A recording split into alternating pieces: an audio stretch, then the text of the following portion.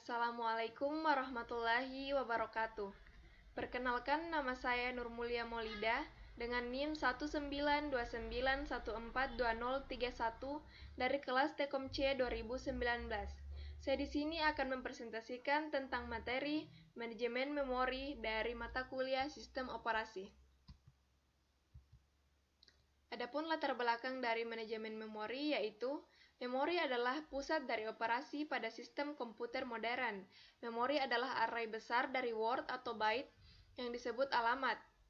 CPU mengambil instruksi dari memori berdasarkan nilai dari program counter. Instruksi ini menyebabkan penambahan muatan dari dan ke alamat memori tertentu. Berikutnya yaitu pengikatan alamat. Pengikatan alamat adalah cara instruksi dan data yang berada di disk sebagai file yang dapat dieksekusi, dipetakan ke alamat memori. Meskipun alamat dari komputer dimulai dari 00000, alamat pertama dari proses user tidak perlu harus mulai dari 0000. Adapun compile time yaitu jika lokasi memori diketahui sejak awal, kode absolut dapat dibangkitkan. Apabila terjadi perubahan alamat awal, harus dilakukan kompilasi ulang. Berikutnya, load time. Harus membangkitkan kode relokasi jika lokasi memori tidak diketahui pada saat waktu kompilasi. Berikutnya itu execution time. Pengikatan ditunda sampai waktu eksekusi jika proses dapat dipindahkan selama eksekusi dari satu segmen memori ke segmen memori lain. Memerlukan dukungan perangkat keras untuk memetakan alamat, misalnya register, basis, dan limit. Berikutnya yaitu dynamic loading. Untuk memperoleh utilitas ruang memori, dapat menggunakan dynamic loading. Dengan dynamic loading, sebuah rutin tidak disimpan di memori sampai dipanggil. Semua rutin disimpan pada disk dalam format relocatable load. Keuntungan dari dynamic loading adalah rutin yang tidak digunakan tidak pernah di-load. Dynamic linking. Dynamic linking biasanya digunakan dengan sistem library, seperti language subroutine library. Tanpa fasilitas ini, semua program pada sistem perlu mempunyai kopi dari library language di dalam executable image. Kebutuhan ini menghabiskan baik ruang disk maupun memori utama. Berikutnya overlay. Sebuah proses dapat lebih besar daripada jumlah memori yang dialokasikan untuk proses. Teknik overlay biasanya digunakan untuk kasus ini. Teknik overlay biasanya digunakan untuk memungkinkan sebuah proses mempunyai jumlah yang lebih besar dari memori fisik daripada alokasi memori yang diperuntukkan. Ide dari overlay adalah menyimpan di memori hanya instruksi dan data yang diperlukan pada satu waktu. Jika instruksi lain diperlukan, maka instruksi tersebut diletakkan di ruang memori menggantikan instruksi yang tidak digunakan lagi. Berikutnya yaitu ruang alamat logika dan ruang alamat fisik.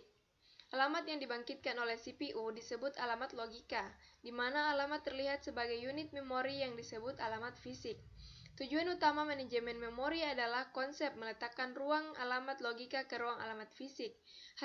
Hasil skema waktu kompilasi dan waktu pengikatan alamat pada alamat logika dan alamat memori adalah sama, tetapi hasil skema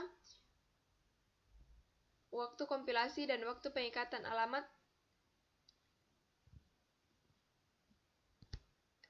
waktu eksekusinya berbeda. Dalam hal ini, alamat logika disebut dengan alamat maya.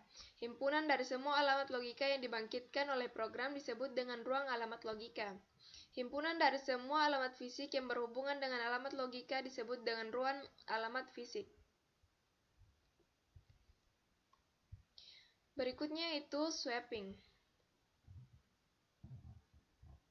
Sebuah proses harus berada di memori untuk dieksekusi. Proses juga dapat ditukar atau swap sementara keluar memori ke backing store dan kemudian dibawa kembali ke memori untuk melanjutkan eksekusi. Backing store merupakan disk besar dengan kecepatan tinggi yang cukup untuk meletakkan kopi dari semua memori image untuk semua user. Sistem juga harus menyediakan akses langsung ke memori image tersebut. Contohnya, sebuah lingkungan multiprogramming dengan penjadwalan CPU menggunakan algoritma round robin. yaitu alokasi berurutan. Memori utama biasanya dibagi ke dalam dua partisi, yaitu sistem operasi biasanya diletakkan pada alamat memori rendah dengan vektor interupsi. Yang kedua, proses user yang diletakkan pada alamat memori tinggi. Alokasi proses user pada memori berupa single partition allocation atau multiple partition allocation. Berikutnya yaitu single partition allocation. Pada single partition allocation diasumsikan sistem operasi ditempatkan di memori rendah dan proses user dieksekusi di memori tinggi. Kode dan data sistem operasi harus diproteksi dari perubahan tak terduga oleh user proses. Proteksi dapat dilakukan dengan menggunakan register relokasi dan register limit. Berikutnya multiple partition allocation. Pada multiple partition allocation, mengizinkan memori user dialokasikan untuk proses yang berbeda, yang berada di antrian input, yang menunggu dibawa ke memori. Terdapat dua skema, yaitu partisi tetap, di mana memori dibagi dalam sejumlah partisi tetap, dan setiap partisi berisi tepat satu proses. Jumlah partisi terbatas pada tingkat multiprogramming. Berikutnya, multiple partition allocation.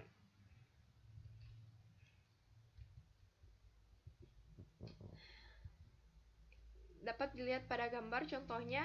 Di antara algoritma di atas, first fit dan best fit lebih baik dibandingkan worst fit dalam hal menurunkan waktu dan utilitas penyimpan.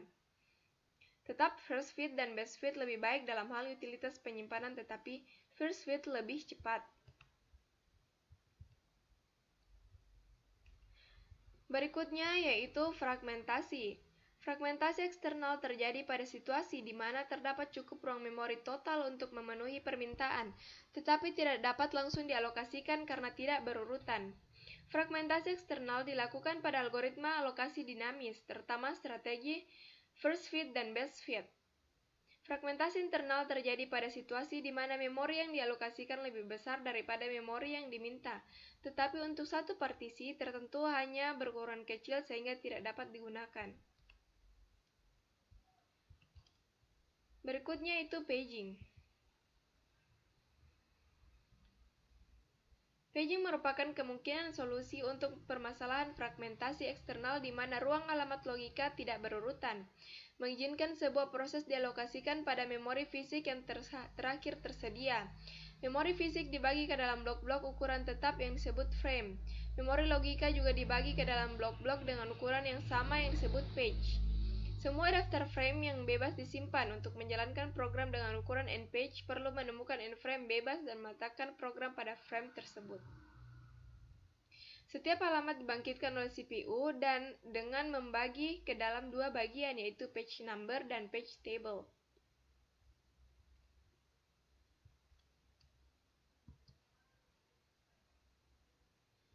Pada paging, user memandang memori sebagai bagian terpisah dari memori fisik aktual. Program user memandang memori sebagai suatu ruang berurutan yang hanya berisi program user tersebut. Berikutnya, implementasi sistem paging. Pada dasarnya, terdapat 3 metode yang berbeda untuk implementasi table page. Yang pertama, table page diimplementasikan sebagai kumpulan dari dedicated register. Register berupa rangkaian logika berkecepatan sangat tinggi untuk efisiensi translasi alamat paging. Berikutnya, table page disimpan pada main memory dan menggunakan page table base register untuk menunjuk ke table page yang disimpan di main memory. Yang ketiga yaitu menggunakan perangkat keras cache yang khusus, kecil dan cepat yang disebut associative register atau translation look aside buffers.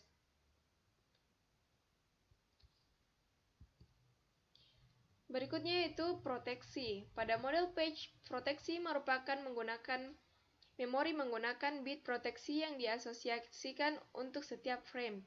Biasanya, bit proteksi disimpan pada tabel page. Satu bit mendefinisikan satu page untuk read and write, atau read only. Setiap acuan ke memori melalui tabel page untuk menemukan nomor frame yang benar.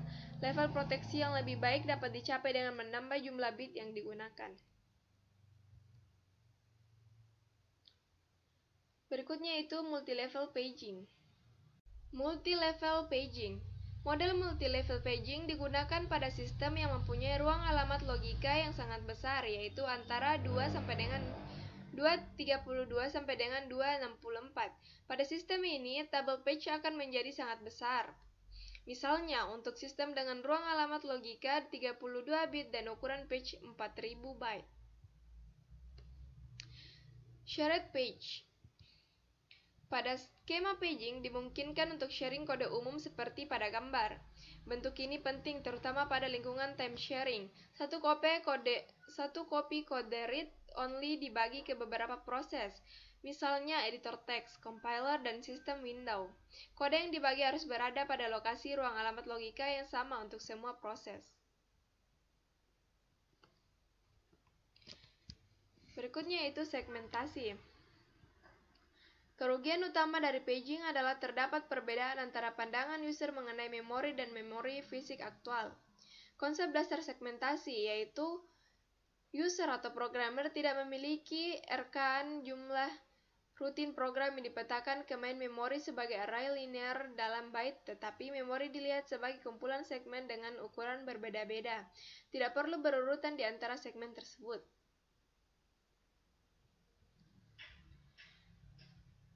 Adapun arsitektur segmentasi yaitu alamat logika terdiri dari dua bagian yaitu nomor segmen dan offset. Dituliskan dengan nomor segmen offset. Pemetaan alamat logika ke alamat fisik menggunakan tabel segmen. Terdiri dari segmen basis, segmen limit, segmen table length register, segmen table base register. Dan untuk alamat logika, pertama diperiksa apakah segmen number S legal. Kemudian tambahkan segmen number ke STBR. Alamat hasil STBR ke memori dan segmen table. Dapat dilihat implementasi segmen pada gambar.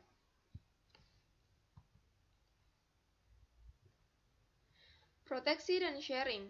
Proteksi bit dapat diletakkan pada tabel segmen. Segmen instruksi dapat diproteksi sebagai segmen read-only atau execute-only. Segmen data dapat diproduksi sebagai segmen read-write. Pemetaan pada perangkat keras memori akan memeriksa bit proteksi untuk mencegah akses yang ilegal. Dengan segmentasi juga dimungkinkan membagi kode atau data dengan proses lain.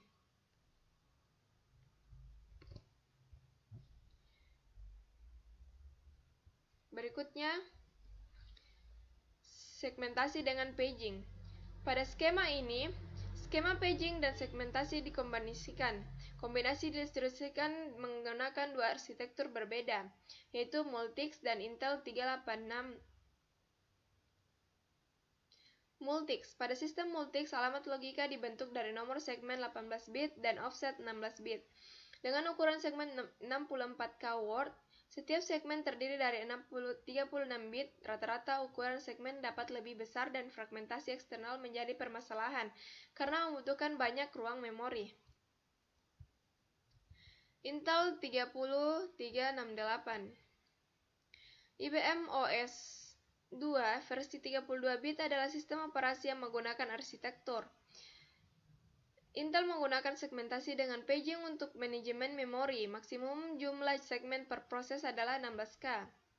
Ruang alamat logika dari suatu proses dibagi ke dalam dua partisi, yaitu partisi 1 terdiri dari 8K segmen yang pribadi untuk proses tersebut, dan yang kedua partisi 2 terdiri dari 8K segmen yang digunakan bersama untuk proses.